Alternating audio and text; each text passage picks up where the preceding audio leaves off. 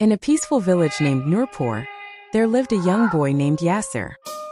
He stayed with his mother, Rabia Begum, and earned a living by selling mangoes from his small orchard.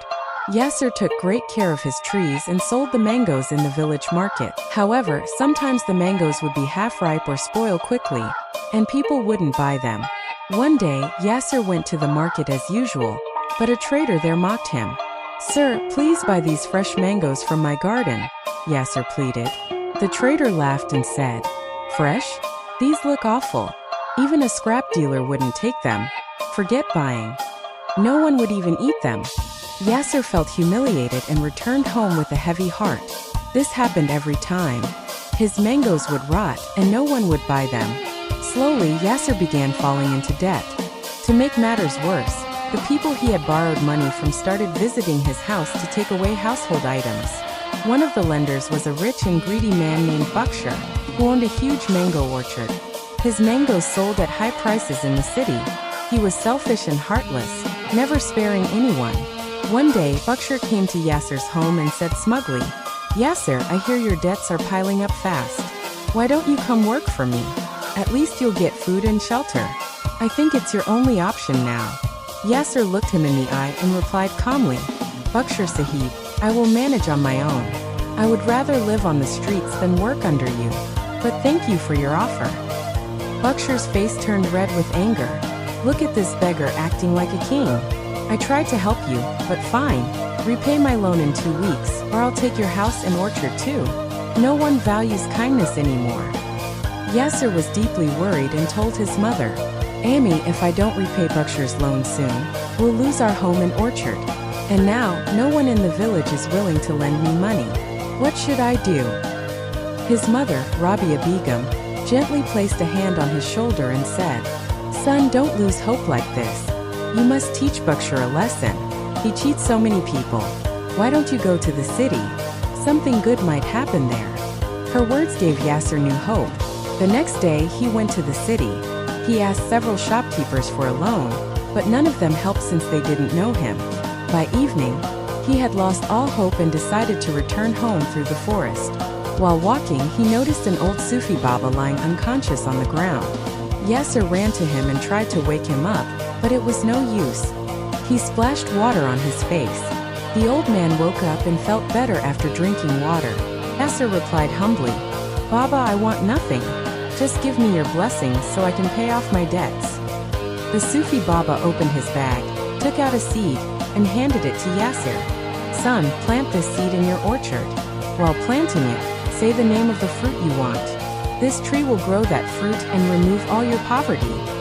Yasir took the seed with respect and said, "Thank you, Baba. I'll take your leave now." He returned home and the next morning planted the seed. As he planted it, he whispered the name of the mango tree. 2 days later, the seed grew into a small sapling. Yasir was overjoyed. Every day he took special care of the plant. On the 8th day, it had grown into a fully mature mango tree, and to his amazement, it was covered in golden mangoes. Subhanallah! These are not ordinary mangoes. They're made of gold. Yasir picked 5 golden mangoes and went to the market. He sold them for a great price and repaid Bakshar's entire debt. Bakshar was stunned but didn't say anything at the time. Yasir's life began to change. He cleared all his debts, moved into a big house with his mother, bought a vehicle, and started living a happy life.